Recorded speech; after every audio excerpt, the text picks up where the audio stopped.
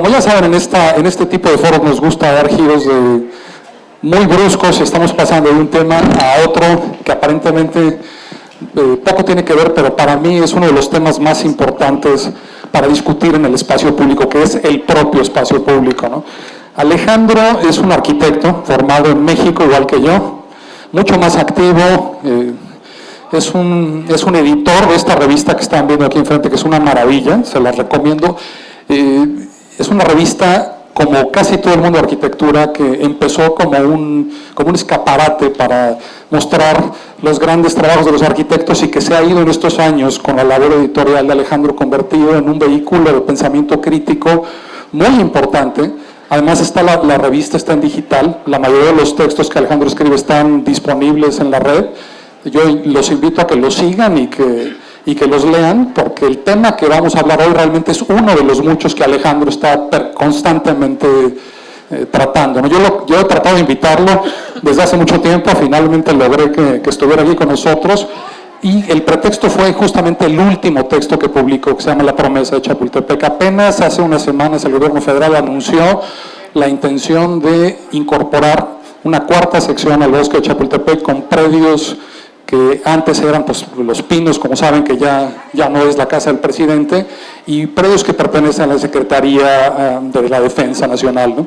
Pues queremos llegar a ese tema, ese es el pretexto de hoy, pero yo le proponía a Alejandro que un poco como preámbulo a esa promesa, que eso es de lo que vamos a hablar, de qué podemos esperar de este nuevo gobierno, cómo van a tratar los espacios públicos. Me gustaría un poco hacer un resumen de lo que fue el Mancerato, esos 6 años de una regencia que trató al espacio público de una manera, para mí, casi criminal, intentos por convertir esos espacios públicos en otras cosas, en negocios para personas.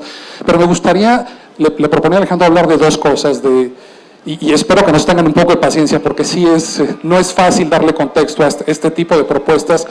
Le pedí a Alejandro, porque ha escrito de esto también, que hable de los centros de transferencia modal, que son propuestas de desarrollar inmuebles, centros comerciales, a veces encima de predios, a veces encima de calles, y estas propuestas durante el Mancerato fueron muy comunes, específicamente una en Chapultepec, en esa glorieta en Chapultepec, que es la llegada de mucho del transporte público del Estado de México a la ciudad.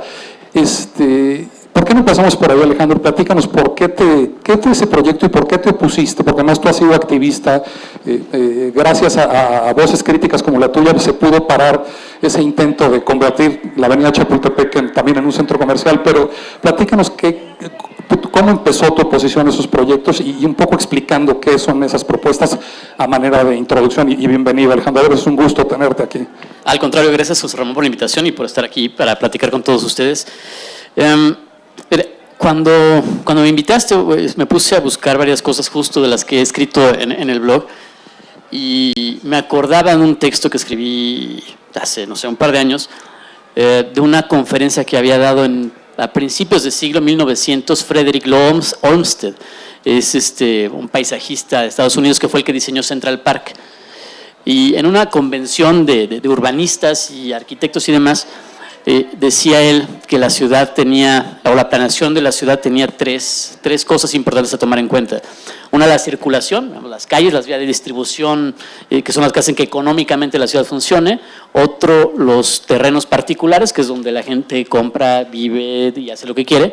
Y el tercero eran los espacios públicos, y lo decía pues el señor que diseñó Central Park, ¿no? Ese gran espacio en principio público a la mitad de Manhattan.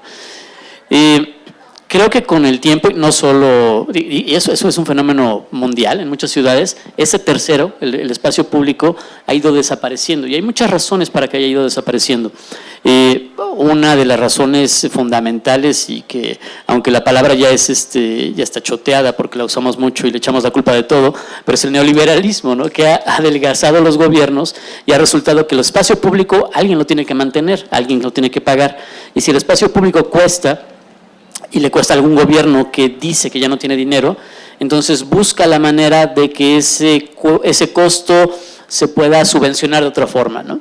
Y una de las soluciones que se ha encontrado en el mundo entero en ciudades, digamos, de Occidente en los últimos 20, 30 años son los espacios donde hay participación público-privada, ¿no? Son espacios donde se le concesiona de alguna forma a un inversionista privado que haga algo, que tenga cierto tipo de ganancia a cambio de que el espacio siga siendo público. Ahí el problema es qué es lo que entendemos por público, ¿no? Hasta dónde sigue siendo público. En el caso de Chapultepec, de lo que decíamos Xopultepec, ¿no? Alguien lo bautizó como Xopultepec, o el centro comercial Chapultepec, este paso a desnivel que se planteaba hacer, todo encima de Chapultepec para ganar espacio público. El problema está allí en cómo concebimos eso. El espacio público es algo como esto, donde entramos como querramos, donde alguien igual a nosotros nos molestaría porque sería un poco ruidoso y nos distraería, pero si alguien quiere ponerse ahí a cantar, a tocar música o a manifestarse y decir que lo que estamos diciendo no está de acuerdo, lo puede hacer. En estos espacios públicos que funcionan como públicos, pero que hay alguien que tiene la concesión de sacar una ganancia para a cambio mantenerlo, normalmente funcionan con otras reglas, funcionan con reglas que son más cercanas a las de un centro comercial. Si yo entro a un centro comercial y quiero hacer una manifestación, cantar, bailar, gritar, dormirme en una banca, no me dejan, llega la guardia, la policía privada del espacio y me saca. Muchos de estos espacios, y los que se pensaron durante el gobierno de Mancera en el sexenio anterior, estaban pensados bajo esa lógica, ¿no? Es una lógica, a mi juicio, engañosa, porque lo que te dicen es, bueno, no tenemos suficientes espacios públicos y no tenemos dinero para darle mantenimiento a los que ya tenemos y para generar más espacios públicos. La salida está muy fácil, hay gente que puede invertir en esos espacios y a cambio nos va a dar a nosotros la posibilidad de disfrutar ese espacio público. Pero el jardín donde te puedes tirar a tomar el sol se convierte en un parque con un logo que dice Starbucks o que dice la marca que lo patrocina, y al principio es muy sutil, al principio parece que no pasa nada, y poco a poco resulta que esos espacios se conciben también bajo la lógica de consumo. En una terraza de uno de estos lugares, si hay mesitas y si hay sillas, no puedes llegar como aquí, sentarte a platicar con alguien si no consumes lo que te están vendiendo en ese lugar. A lo mejor lo puedes hacer, pero si tú quieres de repente, de nuevo, una protesta política, y lo llevo a lo de la protesta política porque creo que es el punto de quiebra para ver cuándo un espacio es realmente público. Si tú puedes llegar y decir, no estoy de acuerdo con esto, aquí me voy a sentar, aquí voy a hacer una manifestación, que siempre es una forma de llevar al límite, incluso en el espacio, digamos, gestionado por el Estado. En estos espacios es todavía más difícil y es lo que nos revela que son espacios que lo público es una etiqueta y es un camuflaje realmente de una forma de privatizar el espacio, ¿no? Tuvimos una mesa aquí que se llamaba Los alcances y límites de los gobiernos progresistas de América Latina, y básicamente se trataba de hablar de cómo fallaron los gobiernos de Lula en Brasil, en Argentina, cómo está lo que está pasando en Bolivia, en fin. Y una de las frases que más resonó para mí ayer fue que consumir no te convierte en ciudadano, y que uno de los graves errores de esos países fue asumir tantos créditos y pensar que el poder adquisitivo a través del crédito era progreso, era desarrollo, ¿no? Entonces está muy claro, y aquí es donde hablar del espacio público y hablar de un ideario político se toca, ¿no? Y tiene todo el sentido del mundo decir lo que estás diciendo, ¿no? Estos espacios, y nada más para cerrarlo del CETRAM, porque sí creo que son dos casos, o sea, el Parque de la Mexicana, que vamos a hablar del antes de Chapultepec, en el caso del CETRAM, el gobierno es un argumento de veras falacioso. Pretendían que eso era un terreno, que para mí no lo era. O sea, había una franja, un triangulito. Estamos hablando de, si ven, Reforma, donde da la vuelta, donde pusieron la suavicrema, ese monumento panista a la historia de México descafeinada y sin sentido. Entre esa zona, la Secretaría de Salud y la Glorieta, quedaba un triangulito. Y entonces lo que el gobierno proponía era, primero, generar un título de propiedad sobre algo que pues, no existía, ¿no? Y luego sobre ese título de propiedad hacer una torre que nunca estuvo claro, 40, 50, que iba a ser hotel, que iba a ser como lo que hacen ahora, desarrollos que son todo y no son nada, ¿no? Entonces, ese tipo de ejemplo sirve para decir es que la ciudad en el sexenio pasado, el regente pretendía privatizar el aire sobre el espacio público, y sobre eso esa propuesta del CETRAM, ¿no? Sí, es un tema bastante interesante, como dices, que tiene evidentemente tintes políticos de dónde estás parado y cómo concibes el espacio que compartimos todos. En el caso del CETRAM, el CETRAM Chapultepec, primero hay una lectura, ¿no? Una lectura de que el lugar es horrible, espantoso y está muy mal. Todos los que nos hemos bajado en el metro Chapultepec sabemos que ahora lo limpiaron un poco, lo arreglaron un poco, pero que sí es complicado, que hay ambulantes vendiendo afuera a la salida del metro, que hay mucha gente, que es complicado. Pero el cómo lo calificas, ya hay una toma de posición, ¿no?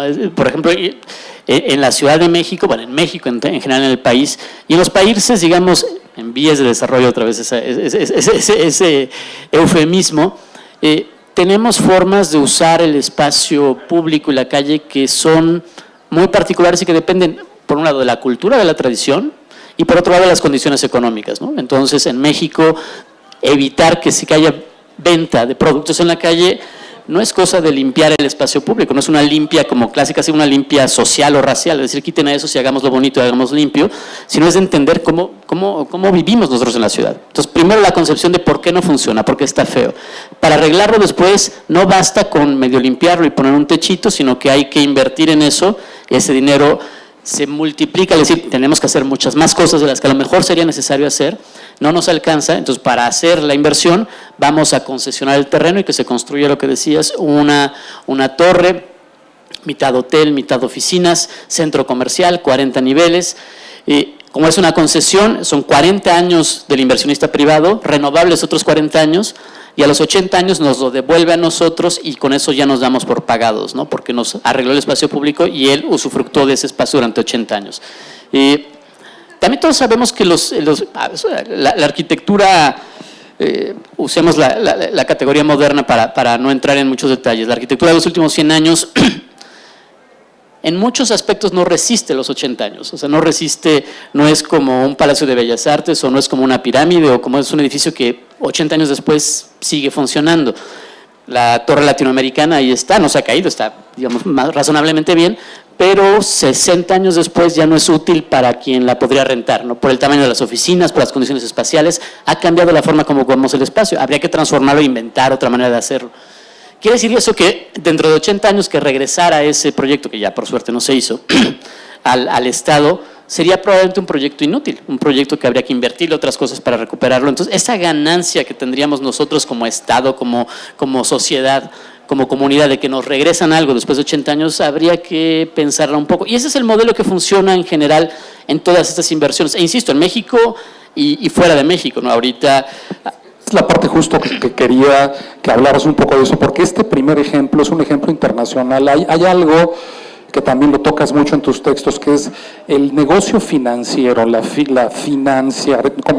transformar la economía en un negocio de yo te presto dinero, promesas que se van a cumplir, y con esas promesas financieras que en los últimos años han transformado ciudades históricas como Manhattan, como Nueva York o Londres, que están irreconocibles por el surgimiento de estos elementos verticales, unos más horribles que otros, pero que reflejan es exactamente este tipo de propuestas que no son, hay que decirlo, exclusivamente. En ese sentido, el Mancerato era pues una pálida copia de una tendencia internacional, ¿no?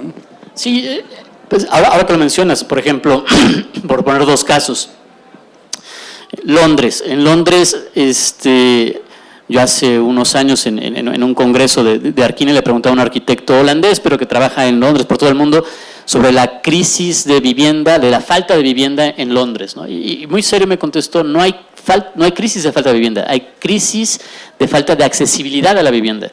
Se está construyendo mucho en Londres, se está construyendo, y lo vemos, los que somos arquitectos y estamos al pendiente de eso, vemos que se construyen torres y torres y torres cada vez más altas, y hay un boom inmobiliario en Londres, pero son inmuebles que están totalmente lejos del alcance de la mayoría de la población, ¿no? Ahorita en Londres, no tengo los números exactos a la mano, pero lo leí hace poco, hay la suficiente cantidad de departamentos, todos de lujo, vacíos, porque no se han vendido por crisis económica, lo que sea, por sobreoferta, o vacíos porque muchos de los que los compran son los multimillonarios del mundo que lo compran para ir una semana de vacaciones a Londres.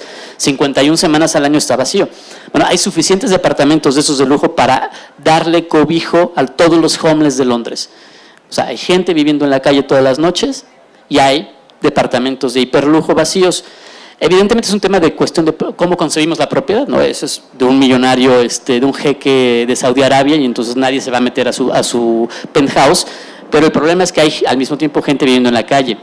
Nueva York se acaba de inaugurar hace 15 días Hudson Yards, el desarrollo inmobiliario más grande privado de los Estados Unidos, al oeste de Manhattan.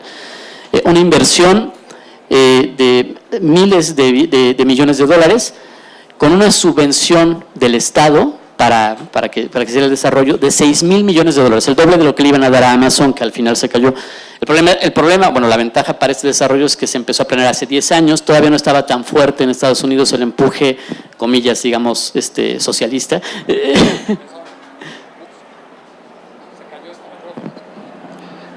Y pensaban que Nueva York iba a ser la sede olímpica, que ese era ese territorio, que además hay que decirlo, un territorio también inventado, unas plataformas sobre las vías férreas de la ciudad. Entonces, otro ejemplo como el CETRAN, vamos a hacer una plataforma y encima es el nuevo desarrollo de lujo que cuesta tantísimo dinero. Y que todo gira, no es la única excusa, pero si ustedes le preguntan a un arquitecto o a muchos arquitectos, hay los que no piensan así, pero ¿cuál es la solución al problema de una ciudad como la Ciudad de México, tan extensa, tan grande, donde hay gente que vive, que tiene que desplazarse durante hora y media, 2 horas, 3 horas desde su casa a su trabajo? Entonces, la respuesta es decir, hay que densificar la ciudad, ¿no? Hay que construir más. Pero si la lanzas así, nada más construir más y no especificas más cómo o más para quién, no hay realmente solución. Bueno, volvemos al caso de la Ciudad de México. La Ciudad de México se ha densificado en los pasados 6 años, se construyó mucho en las 4 delegaciones centrales, la Cuauhtémoc, la Miguel Hidalgo, la Benito Juárez. Cada vez más se construyó, pero esos departamentos, la mayoría de ellos tienen un precio de venta, o más bien no hay ninguno que tenga un precio de venta menor a 2 millones, 12 millones y medio de pesos, y me estoy yendo por lo bajo. Y departamentos bastante pequeños. Son departamentos que para que te den una hipoteca, para poderlo pagar a 15, 20 años, tienes que tener un salario, un sueldo, un ingreso mensual entre 30, 40, 50 mil pesos. La proporción, la cantidad de habitantes de la Ciudad de México tienen esos ingresos es reducida. Entonces, sí, estás construyendo mucho para una proporción reducidísima de la población, y la gente que tiene menos ingresos tiene que seguir viviendo a 3 horas de distancia del centro. Entonces, la solución no es densificar nada más con una palabra, sino es densificar con vivienda accesible a todo el mundo.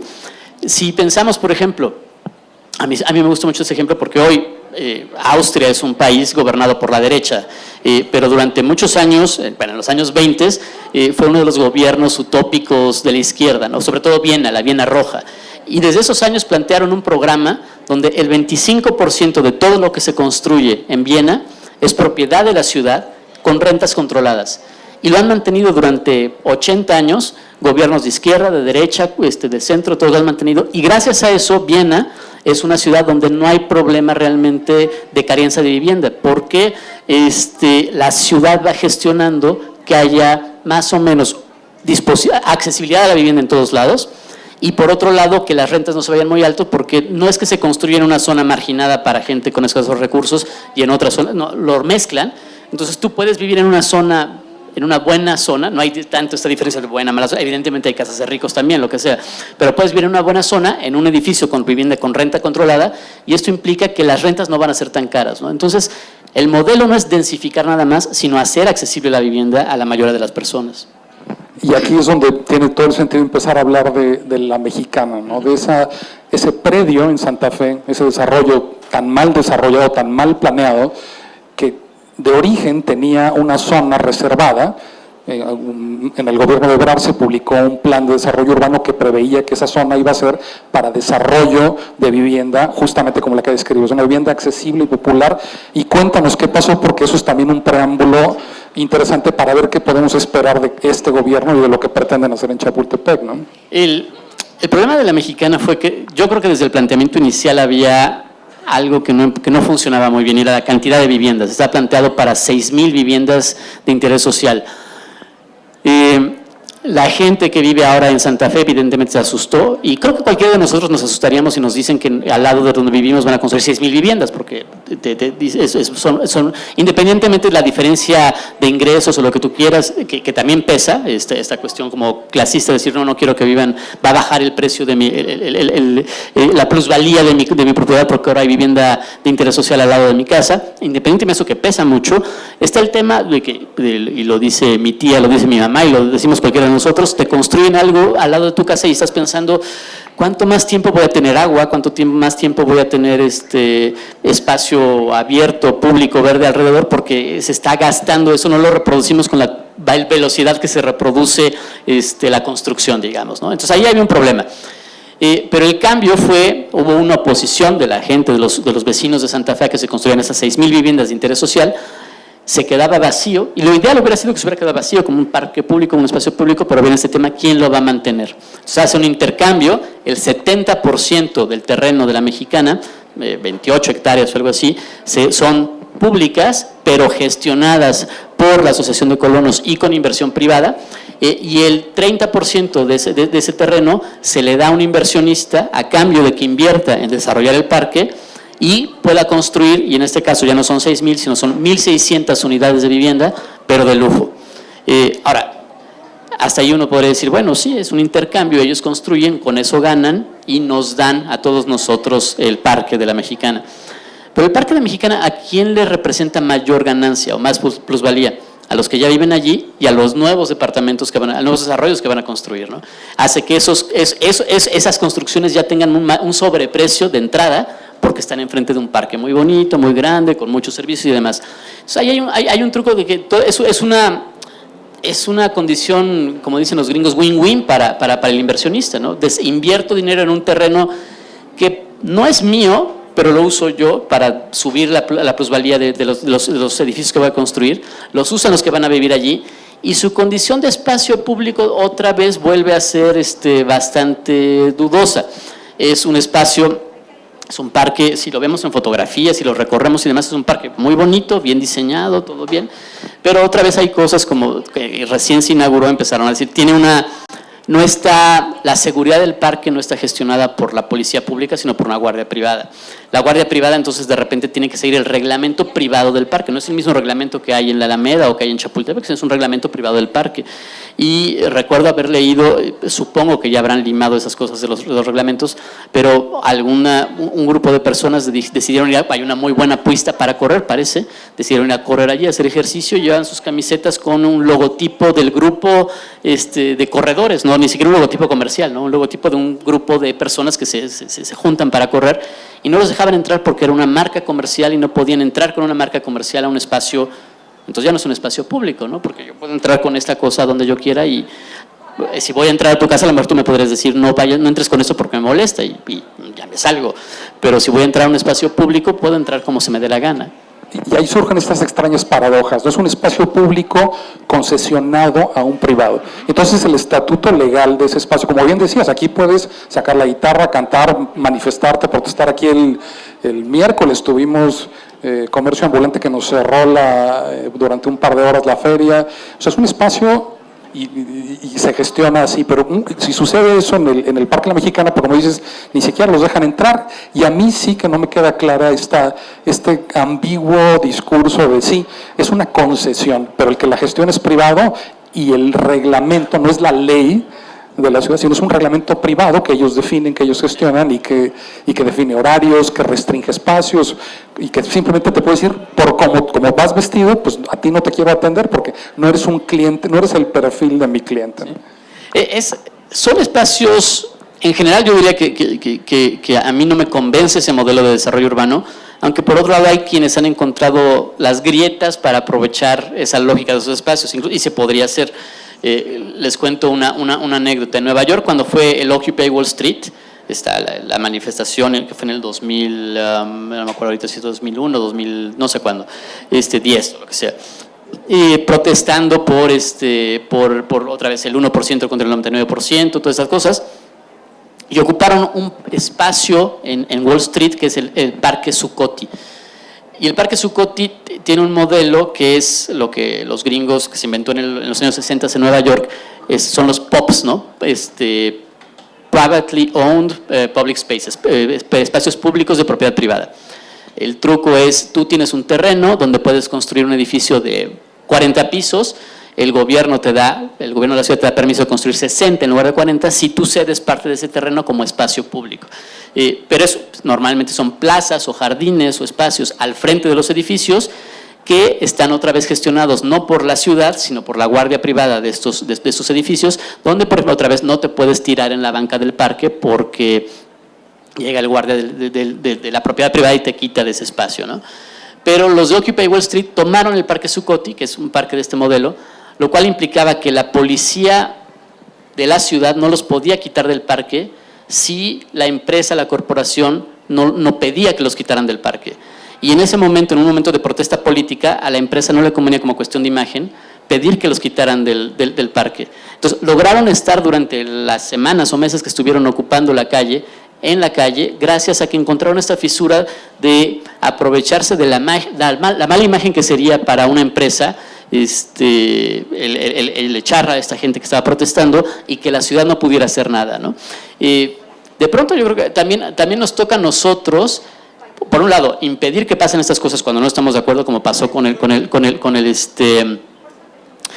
Chapultepec, con el centro comercial Chapultepec, y por otro lado también a lo mejor empujar las cosas y decir, a ver, yo me voy a sentar aquí y si no quieres que me siente en el parque o esas cosas, lo voy a hacer público, voy a protestar, voy a hacer de otra manera para que regrese ese usufructo del espacio público a nosotros, no a los que lo tienen concesionado.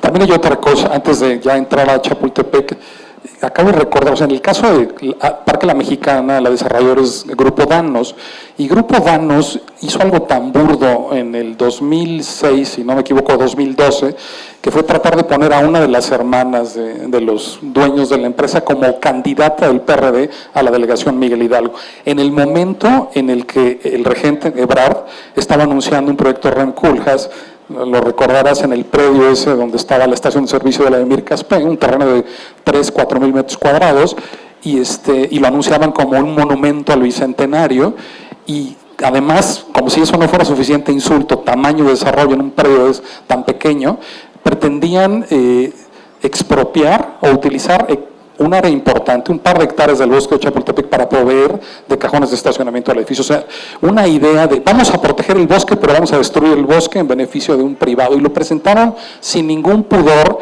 y esa parte sí creo que es mexicana, porque yo no conozco ejemplos en ninguna de estas ciudades que han mencionado en las que los desarrolladores tengan la desfachatez de poner a su hermana en la boleta y buscar. Afortunadamente no ganaron esa elección, pero si la hubieran ganado, seguramente ese proyecto se hubiera hecho como estaba planteado de origen, y es una cosa, o sea, es de una violencia bestial, ¿no?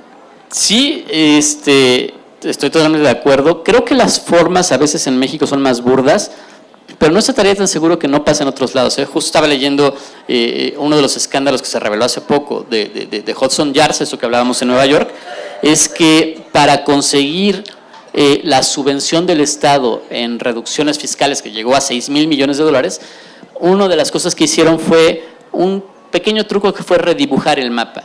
Y entonces está Manhattan, al norte está Harlem, que es una zona donde hace falta inversión social en vivienda y demás. Entonces hicieron una raya roja que envolvía a Hudson Yards. Y Hudson Yards se volvió de la parte donde el Estado tenía que invertir para beneficio social, por una raya en el mapa. Y ese truco, que a lo mejor no es tan burdo como poner pero bueno, si nos vamos a los años, creo, 20 en Nueva York, ya me sentí neoyorquino, tenían un gobernador que se apellidaba Rockefeller y un dueño de banco que se apellidaba Rockefeller, y que eran hermanos, ¿no? Y la historia de la transformación de Nueva York en un espacio mercantil empieza hace 100 años, justo cuando los Rockefeller empiezan a adueñarse y a ofrecerle a la ciudad, a cambio de esta progresiva adueñamiento de la ciudad, cosas como Rockefeller Center, ¿no? Te damos un gran espacio, y sí es bonito, sí es chido, uno lo ve y dice está bien, pero es parte de una política de apropiación, yo diría hasta de expropiación de lo público para transformarlo en privado, en las ciudades en general.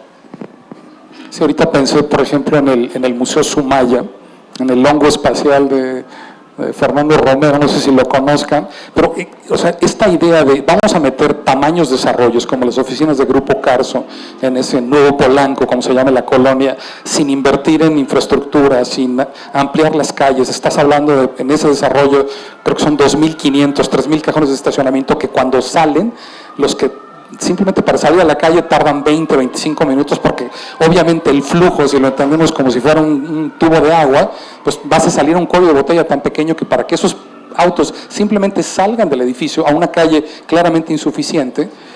Entonces, menciono esto porque pareciera que la ciudad no solo dice que está quebrada, que no tiene dinero, que necesita necesariamente de las coinversiones, que por cierto es otro de los ejemplos que ayer nos decían aquí, que en Brasil y Argentina fueron los que llevaron a la ruina a Lula y a Dilma Rousseff. El hecho de aceptar tanta deuda para proyectos no pensados, y este tipo de abusos, porque es naturaleza humana de un privado que está buscando sacar ventajas sin el árbitro de la ciudad, un árbitro fuerte con músculo y necesariamente ese músculo implica músculo financiero, estamos un poco a la deriva, ¿no? Y eso creo que ahora sí, entrando al tema de Chapultepec, pues a mí me genera muchísima preocupación y más aún cuando el presidente, nuestro nuevo presidente, anuncia que el encargado del proyecto es un artista conceptual con ninguna experiencia en nada que se le parezca a trabajar 800 hectáreas de la Ciudad de México, que es todo un tema del que así me gustaría que desmenuzaras un poco, como mencionas en tu artículo, las consecuencias hídricas, de plusvalía, en fin. ¿Cómo ves el tema de Chapultepec en este contexto que un poco hemos dibujado con estos ejemplos, ¿no? Yo creo, te diría, a ver si lo logro hacer en orden, digamos, lo bueno, no sé si lo malo, lo que me preocupa y de lo que tengo dudas. Lo bueno creo que es la decisión de este terreno que, digamos, estuvo en disputa incluso al finales del año pasado. Esto es, bueno, es un terreno enorme de la Secretaría de Defensa que está hasta la parte de arriba, ya cruzando Constituyentes, si nos vamos a la tercera sección de Chapultepec, que se había hablado de que lo cediera la Secretaría de Defensa y que se hiciera, bueno, en el gobierno de Mancera incluso se había hablado incluso de hacer un modelo, repetir el modelo de la mexicana, ¿no? 70% del desarrollo del espacio público y 30% para desarrollo inmobiliario. Pasa el gobierno, no se hace, dijimos ya nos salvamos de esa, y de repente nos sale Andrés Manuel que va a hacer exactamente lo mismo para financiar a la Guardia Nacional, ¿no? Entonces ahí todos dijimos, ¿cómo? Si habíamos dicho que eso no nos gustaba, que no nos parecía, e incluso diputados de Morena habían estado en contra de esta propuesta cuando se hizo el sexenio anterior, ¿no? Ya al final, por suerte, llegamos, y ese creo que es la parte buena, a decir, bueno, esos terrenos, todas esas hectáreas, no va a haber desarrollo inmobiliario allí, no se va a hacer con este modelo de un porcentaje para el inversionista y el resto como espacio público. Todo pasa a ser parte de Chapultepec, se suma, es la cuarta sección, y Chapultepec termina siendo uno de los espacios verdes más grandes, urbanos, más grandes, no solo de la Ciudad de México, sino del mundo, ¿no? Pensemos que todo el terreno del aeropuerto, del actual aeropuerto, son 750 hectáreas, ¿no? Más o menos. Esto van a ser 800 hectáreas, ¿no? Entonces Chapultepec, sección 1, 2, 3 y la cuarta, va a ser más grande de lo que ocupa actualmente el aeropuerto. Eso suena bien. Eso en principio dices, bueno, vamos a trabajar en otro modelo de entender ese espacio público verde. Además, bueno, después de que los Pinos se abrieron al público y ya no son la residencia oficial, también esas hectáreas de los Pinos se suman al parque, pero hacen posible que el parque sea un espacio continuo donde puedas llegar de un lado al otro sin los estorbos que teníamos antes porque había vallas y había espacios cerrados y demás. Todo eso suena bien. ¿Y a quién lo va a hacer? Y entonces viene el anuncio de que el encargado es Gabriel Orozco. A mí no me preocupa en particular que no tenga formación específica, digamos, de urbanista, paisajista, arquitecto y que sea artista. Creo que, y cuando digo eso frente a colegas, a veces me ven con que yo debería estar diciendo lo contrario, debería estar defendiendo al gremio, y decir, pero creo que a veces abusamos mucho de una supuesta conocimiento de experto que tenemos nosotros y creo que creo que en muchos casos no lo tenemos. Creo que un problema, algo como es resolver cómo va a funcionar dentro de la ciudad una cosa de 800 hectáreas, donde hay 7 museos, donde hay sitios históricos, donde hay un zoológico, donde hay donde llega el sistema Lerma Cutzamala, la parte esta o sea, es tan complejo que decir, yo sí lo puedo resolver porque tengo la formación, no es cierto, ¿no? Es algo que tiene que hacer un equipo, y un equipo serio, multidisciplinario, con mucha gente. Supongo y asumo, y hace poco lo leí en una entrevista que le hacían, que Gabriel Orozco lo que va a hacer es eso, armar un equipo, y él incluso lo que dijo es que la intervención va a ser puntual, no puntual, va a ser mínima en el sentido de no va a buscar transformar Chapultepec en una obra de arte, en un Gabriel Orozco, sino gestionar que sea un espacio abierto, verde, conectado, que puedas ir de un lado al otro. Nadie va a caminar las 800 hectáreas en un solo día, ¿no? Pero que si quieres puedas ir de un lado al otro, cruzar de la primera a la segunda sección, por ejemplo, que es un problema porque atraviesa periférico, que lo puedas hacer, entonces buscar la manera de hacerlo, y que va a armar un equipo para que pueda ayudar en eso. Ahí mi duda, digamos, estas dos partes, una es la buena, lo de que sí se haga, la duda empieza con no creo que sea tan malo que le encarguen a alguien como Gabriel Orozco, y la duda empieza es cómo se toma la decisión de que sea Gabriel Orozco, ¿no? ¿Por qué llegamos a esa decisión? Durante muchos años, entre varios colegas conocidos y otros no tan conocidos, pero que al final nos hemos ido juntando y hablado un poco de lo mismo, hemos insistido en la necesidad en México de legislar cómo se asignan los proyectos de arquitectura. En México no hay, dentro de la ley, no está regulado que el proyecto, hay licitación para la obra, ¿no? ¿Quién lo va a construir? Entonces se licita, y entonces el que cobre, el que dé la mejor propuesta en relación a lo que va a hacer y el costo, se le asigna a la obra, se supone, idealmente, y hay la excepción a la licitación, que es la asignación directa. Pero para el proyecto no está regulado eso. No se sabe cómo hacer un proyecto. Entonces, sea a escala del municipio, de un estado o a escala federal, alguien puede decir que concursa una obra y el proyecto va metido allí dentro de la obra, y lo hace una de dos: o un arquitecto que es designado desde arriba porque le cae bien, porque es conocido además, o un arquitecto que es amigo, compadre del constructor, y porque también es amigo y conocido. Si tenemos suerte, y así se hizo, por ejemplo, pensemos el Museo Nacional de Antropología, López Mateo se lo encargó a Ramírez Vázquez porque Ramírez Vázquez le había hecho su casa, y porque Ramírez Vázquez tenía puesta la camiseta priista y era funcionario público y miembro del PRI, bla, bla, bla, ¿no? Entonces, pues, tenemos la suerte que Ramírez Vázquez era un buen arquitecto, un buen gestor, además, porque llamaba gente, sus colaboradores eran bastante buenos, y el Museo de Antropología es muy buen proyecto, se hizo en 19 meses, bla, bla, fue voluntad del presidente decir: tú lo haces porque eres mi cuate, porque trabajas conmigo, porque eres del mismo partido, pero salió bien. El problema es que con el tiempo ya no funciona siempre igual, ¿no? Y de repente vemos desde una obra, insisto, en un municipio, hasta una gran obra que se le encargan a quién sabe quién y quién sabe cómo sale. Entonces, el tema de que cómo se asignan los proyectos es una pregunta que en el gremio, entre arquitectos, urbanistas y demás, está abierto. En muchos lugares del mundo lo que se hace son concursos públicos. Por ejemplo, ahora que se quemó el techo de Notre Dame, ya vimos que sería otro problema, porque no es que eso garantice que esté bien, es más, es muy polémica esa decisión, pero que Macron dijo: vamos a hacer un concurso para ver quién va a diseñar la nueva aguja de Notre Dame, ¿no? El concurso se supone que garantiza cierto acercamiento democrático a quien lo va a hacer, ¿no? Presentan muchas gentes imágenes, proyectos y demás, y un jurado calificado escoge el que lo hace mejor. Entiendo que en proyectos o en temas estamos viviendo en un momento político donde hay evidente necesidad de hacer muchas cosas y muy rápido, por el compromiso de Andrés Manuel, es decir, que al principio algunos pensamos en campaña que era como una broma, pero no, parece que es en serio. Voy a hacer en 6 años lo que sería en 12, ¿no? Entonces va a toda velocidad. Entiendo que para eso hacer un concurso para Chapultepec te lleva hacerlo bien, te lleva 6 meses, 1 año, planearlo, cuáles son las condiciones del concurso, organizarlo, va a ser nacional, va a ser internacional, el jurado, y entonces cuando terminas todo eso, ya se te fue 1 año del sexenio, ¿no? en hacer esto. yo diría, no está tan mal si lo haces bien. La planeación te ayuda a determinar qué es lo que hay que hacer y la planeación del concurso te ayuda a entender muchas cosas. Pero asumamos que el concurso ahorita se puede poner al lado y vamos a ponernos de acuerdo y que sí, que sea Gabriel Orozco el que gestione el proyecto. Ok, está bien. Pero ¿cómo le damos la vuelta al término a la condición del concurso para que siga siendo transparente, democrático y plural ese proyecto de hacer Chapultepec?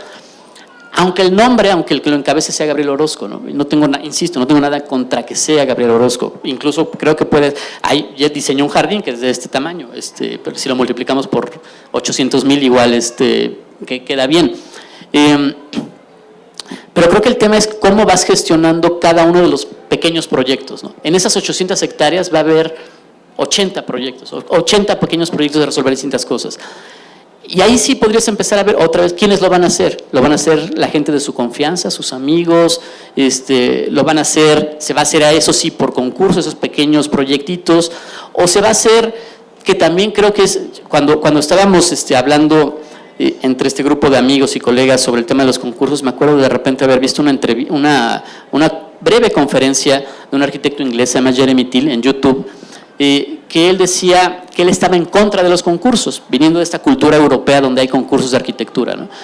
Y yo me quedé, ¿por qué? O sea, si nosotros estamos aquí en México diciendo queremos hacer concursos como hacen allá, y este señor dice que está en contra de eso.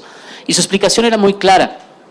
Decía, los concursos están pensados para producir imágenes, productos cerrados. Una imagen que la ven especialistas, un jurado de pares, digamos, que lo ve y que le entiende a eso, y es algo cerrado. Un arquitecto, un grupo de arquitectos invierten mucho trabajo, ideas, pensamiento, producen imágenes. Otros arquitectos o especialistas ven esas imágenes y dicen, este es el mejor, y ese se construye. Quienes van a usar ese espacio, sobre todo hablando de espacios públicos, los usuarios, los vecinos, los que van a pagar y demás, nunca intervienen en ese proceso.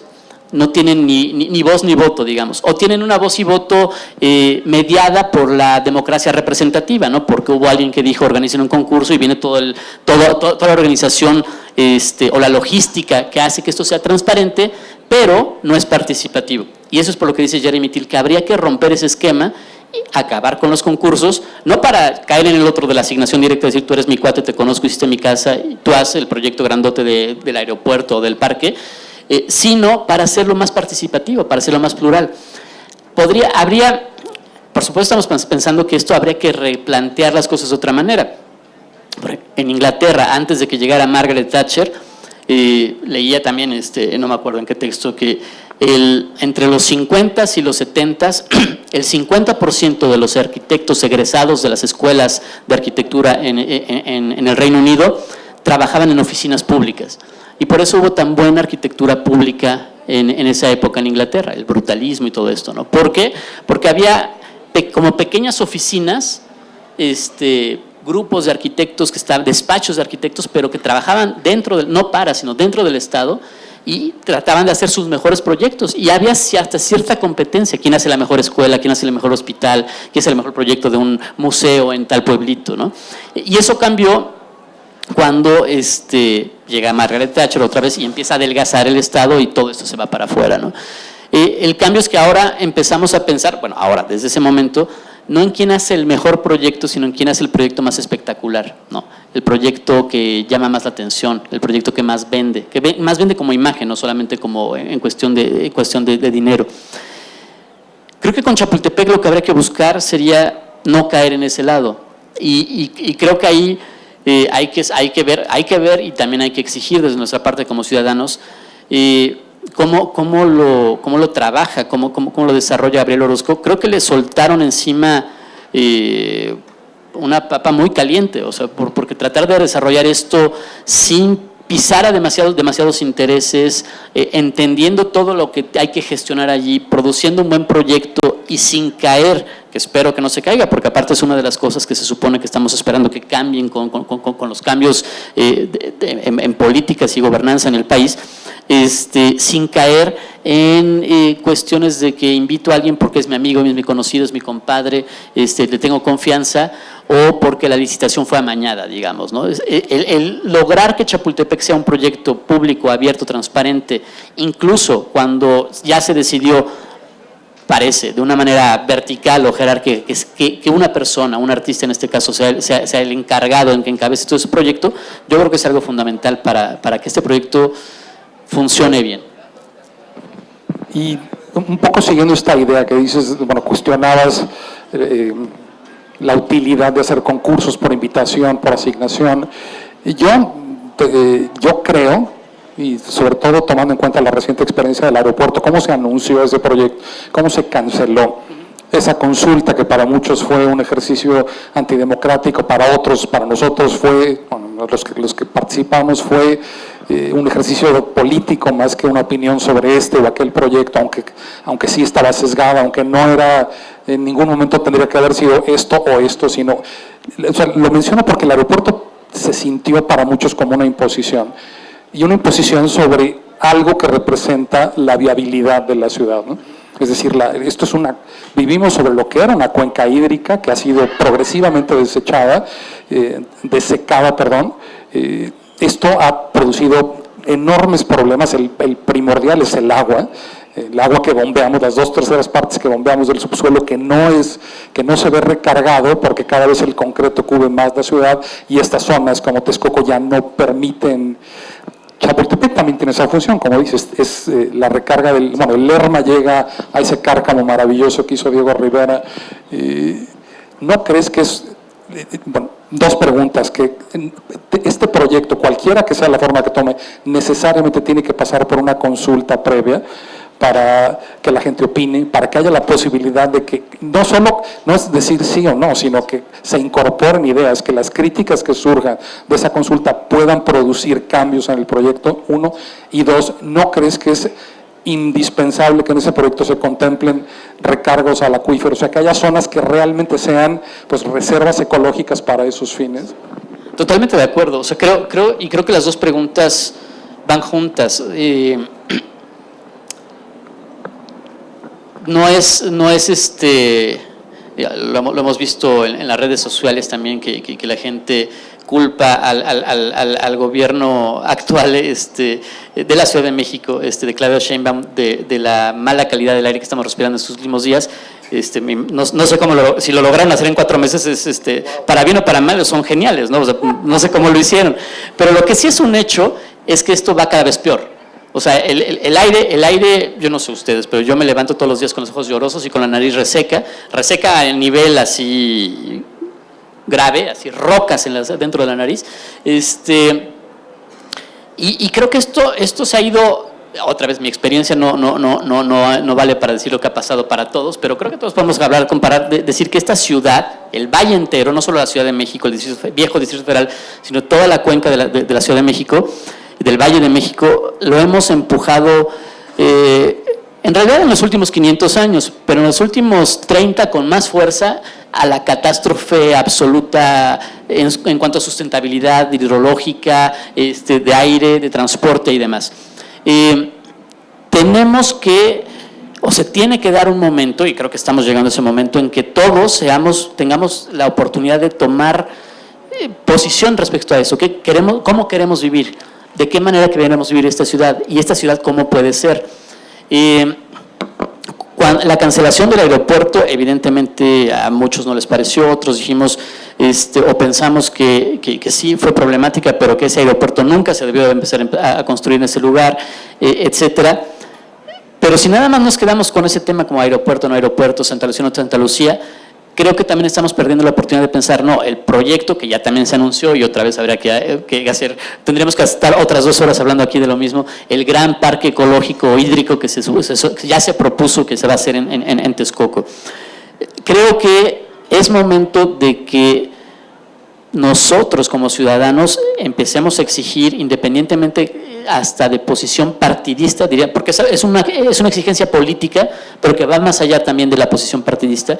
Empecemos a exigir que Chapultepec, Xochimilco, Aeropuerto, Texcoco empiecen a ser pensados en vías a nuestra supervivencia como conglomerado humano, ¿no? A las 22 millones o 23 millones de personas, y se supone que a los 30 millones más o menos en el 2050 nos vamos a estabilizar en crecimiento demográfico, que sea viable para todos nosotros. En un mundo, además, que ya lo estamos viendo, que las catástrofes ecológicas están a la vuelta de la esquina, ¿no? Están dentro de poco, si no nos cuidamos, lo que le pasó a la colonia de pingüinos emperador en Antártida, que ya desapareció del mapa, según las noticias de la BBC, nos va a pasar a nosotros. Y no nos va a pasar así a lo mejor de graves, de que nos desaparezcamos de un día al otro, pero la lucha, la batalla por el agua, la batalla por ya no la batalla con alguien más, porque eso no ni siquiera te vas a pelear con otra persona, pero la posibilidad de respirar aire limpio, la posibilidad de que tus hijos puedan salir, o tus sobrinos, o la gente que quieres que pueda salir a caminar tranquilamente en la calle, en un parque y demás, eso está en juego, eso está en riesgo. Y yo creo que el entender proyectos como Chapultepec y del otro lado Texcoco, que además casi proverbialmente están uno al poniente, otro al oriente de la ciudad, puedan empezar a tejer esta ciudad, porque del otro lado, al sur, se nos olvida, y no debería de olvidársenos, ahorita la crisis ecológica hídrica en Xochimilco es gravísima. Los canales de río de Xochimilco están secos porque después del terremoto, son cosas que luego no pensamos, bueno, porque llevamos 100 años sacando agua de Xochimilco para traerla y consumirla en la ciudad.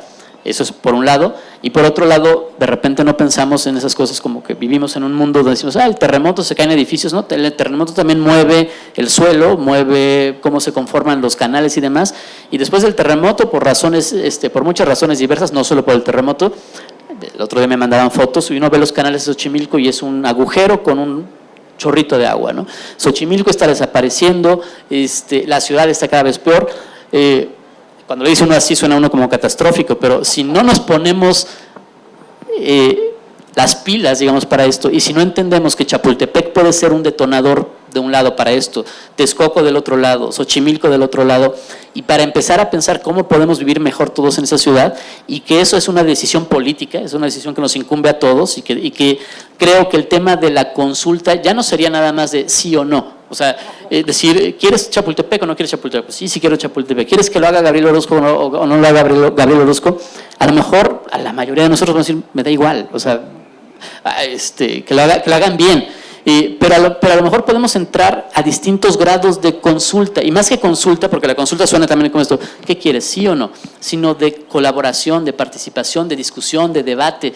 Y lo mencionaste y se me pasó decirlo, pero evidentemente, al menos como así funciona en muchas ciudades del mundo, Gabriel Orozco habla, y suena muy lógico, tiene sentido, abrir Chapultepec hacia Constituyentes, que ahorita es gran parte, eso es una barda y es una banquetita y es horrible, ¿no? Y es tráfico y tráfico y tráfico.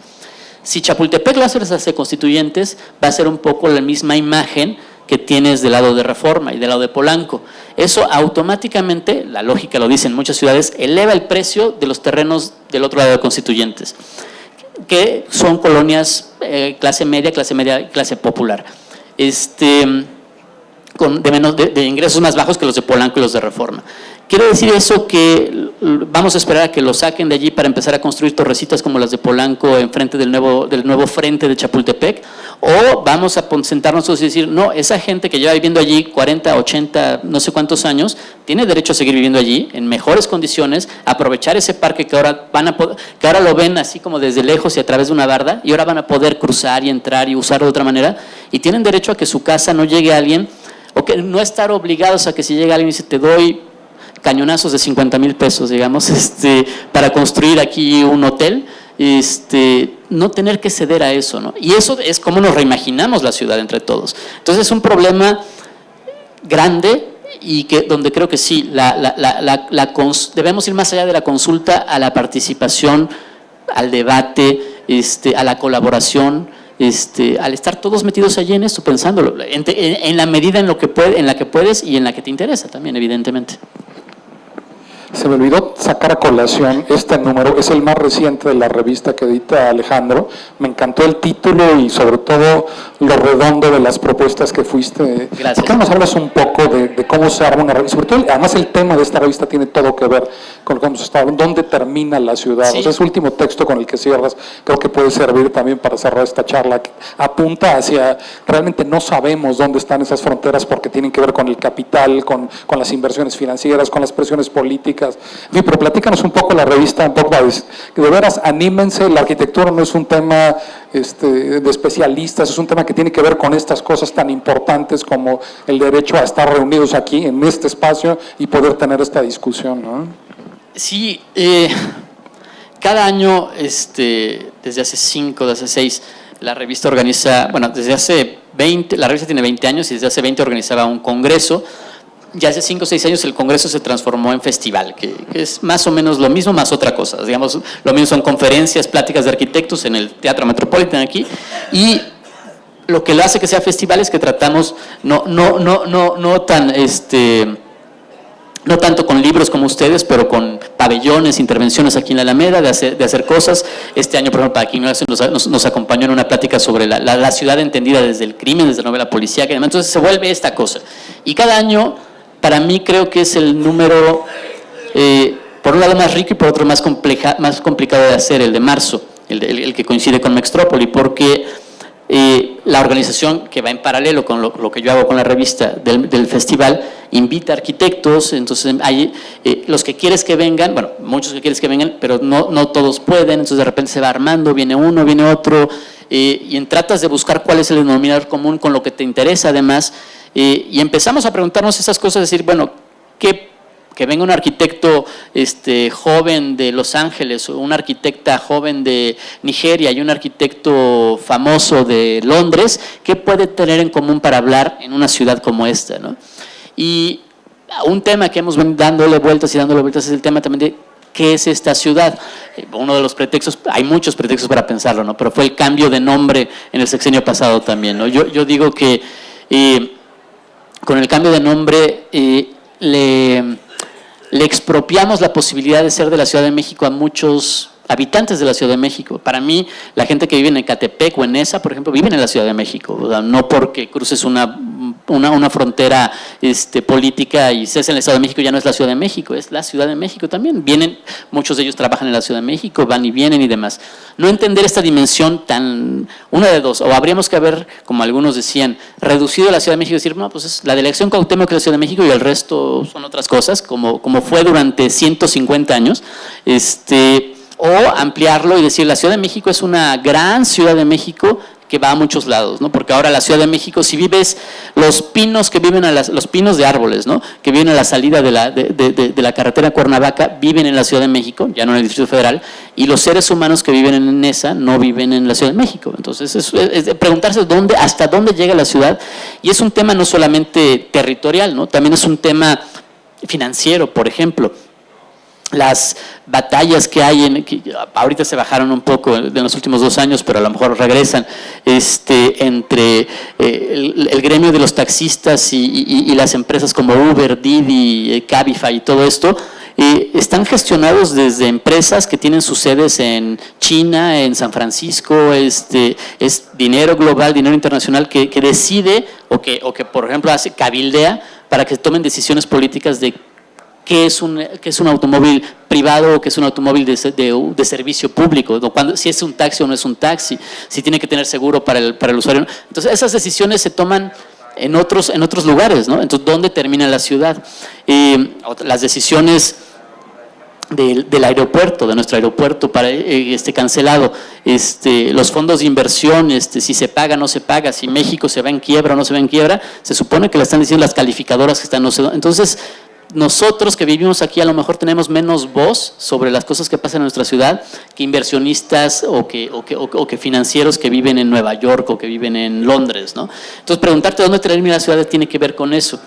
Y creo que lo interesante de pensarlo así era tratar de entender los distintos acercamientos a ese tema, ¿no? De dónde termina la ciudad. Y entre la revista y un librito que editamos cada marzo, es un número que le sumamos a la revista, un pequeño librito, entre esos dos textos, entre lo que hay aquí y lo que hay en la revista, perdón, lo que hay en la revista y lo que hay en el libro, teníamos textos que unos hablan de una ciudad que ya desapareció. O sea, una idea de ciudad, la idea clásica de ciudad como plazas, calles, parques, eso que ya desapareció, porque pasamos a otra cosa mucho más compleja, mucho más… Liam Young, un arquitecto que es nada más para darle idea de cómo es un arquitecto que es de Nueva Zelanda, que enseña entre Moscú, Nueva York y Los Ángeles. Entonces es un tipo que vive en el mundo, ¿no? Y entonces te dice, nosotros andamos en la calle diciendo, vivo en esta ciudad, este es mi lugar, pero en tu teléfono, en el teléfono que la mayoría traemos en la bolsa, traes productos de 15 países del mundo. Algunos implican el enriquecimiento infinito de los ricos de Silicon Valley y otros el trabajo casi de esclavos de mineros en África. Y todo eso lo traes en la bolsa, ¿no? Entonces, ¿a qué le llamamos ciudad hoy, no? Cuando el mundo se comprime en esas capas de productos minerales y circuitos que traes en la bolsa. David Chipperfield, un arquitecto inglés, pero que últimamente ha hecho mucho trabajo en Berlín, es el que escribe es coautor del texto que cierra la revista. Y también es curioso, es interesante leerlo y ver a un arquitecto. Es un arquitecto muy reconocido, es esos arquitectos que todos los años estamos esperando que gane el Pritzker, que es como el Nobel de Arquitectura. Es un arquitecto del nivel más alto de los arquitectos. Y cuando empieza a discutir en la ciudad, empieza a discutir en términos que da gusto, digamos, leerlo, porque uno se imagina que estos arquitectos del jet set ya se desconectaron totalmente de la realidad de la ciudad, ¿no? O de nuestra realidad. Y él empieza a hablar de inversión, del espacio público, del espacio privado, de cómo podemos contrarrestar este peso bestial del capital, de las finanzas privadas que arrasan y de repente dicen, esta zona la voy a desarrollar porque puedo, y qué es lo que tendría que hacer la ciudad para contrarrestar un poco eso, ¿no? Entonces, a veces entender dónde termina la ciudad es un juego entre los límites físicos, urbanos, digamos, aquí es Ciudad de México y allá es Ecatepec, los límites geográficos y también los límites políticos y financieros, ¿no? Que nos permite entendernos a todos nosotros como una ciudad. Creo que estamos ya, ¿sí? Ay, yo pensé que estaba tratando de guardar 5 minutos para preguntas. Quedan 2, no sé si... pues seguimos nosotros. Podemos hacer una pregunta, pero muy breve, porque tenemos que pasar a la presentación del siguiente libro. Sí, adelante. Adelante. Buenas tardes. ¿Qué me dice mi arquitecto de los campos de concentración que tenemos aquí en México? ¿Cuál es la piedra de ángulo que tenemos todos los mexicanos? ¿Lo saben? Simple y sencillamente, no conocemos nuestros derechos. Por eso sufrimos el derecho de la mujer, la pobreza, la de la tercera edad, los discapacitados, los indocumentados. Todo se puede. El pueblo puede meditar y puede pedir las cosas como son, con papelitos y con pruebas. ¿O me equivoco, mi señor? A ver, otra pregunta, y porque sí, ya estamos sobre el tiempo. Sí, rápidamente. Yo tenía en realidad como 5 preguntas, pero voy a reducirla a la que creo que podría ser más trascendente. Cuando tú mencionas que esta ciudad no tiene claros sus parámetros para definirse como tal, yo creo que es interesante. Sin embargo, cuando se crea la licenciatura de Diseño de Asentamientos Humanos en la Universidad Metropolitana, el argumento principal que se maneja para crear esta licenciatura es que en México no había diseño de asentamientos humanos, que todo se resolvía con criterios empíricos y pragmáticos. Entonces yo te pregunto a ti lo mismo, o sea, ¿realmente se quiere resolver el problema de la Ciudad de México con todo lo que implica la cuestión de los mantos freáticos que señalabas y su falta de capacidad para hacer otra vez sus rellenados por el agua, etcétera, y el aire, la basura, etcétera, etcétera?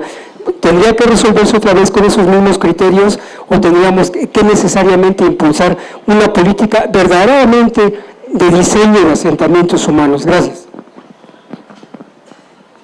Yo creo que tu pregunta se responde con la segunda parte de tu pregunta. O sea, más bien creo que habría que hacer lo que tú dices, pensar en cómo pero más que asentamientos humanos, pensaría cómo ocupamos el espacio en tanto nos organizamos como colectivos, comunidades, pueblos, ciudades y demás. Sí es cierto que hemos hablado mucho en México de que no hay planificación, de que no hay planeación urbana.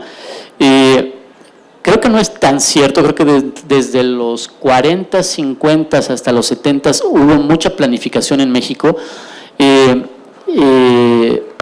no siempre bien desarrollada, en el sentido de que la planificación probablemente estaba bien planeada, pero no se ejecutaba de la mejor manera. O la otra es que a lo mejor no estaba pensada para satisfacer a quienes debía satisfacer, sino nada más para ciertos sectores, digamos, ¿no? Creo que lo que tendríamos que empezar a pensar, e insisto, yo creo que no es solo un tema de México, es un tema creo que global. Si cada vez vemos más en las noticias, por ejemplo, que sea en México, por ejemplo, con el problema de las mineras, en Estados Unidos con la oposición a los oleoductos, o en Canadá también con la oposición a los oleoductos, el problema de pequeños grupos o pequeñas comunidades empezando a pensar sus propios territorios de otra manera, más allá de la planificación, porque la planificación siempre suena y siempre parece que es algo impuesto desde un centro y desde arriba, con objetivos que van más allá de lo que la gente que vive en ese lugar espera y de lo que la gente que en ese lugar trabaja y habita pueda lograr.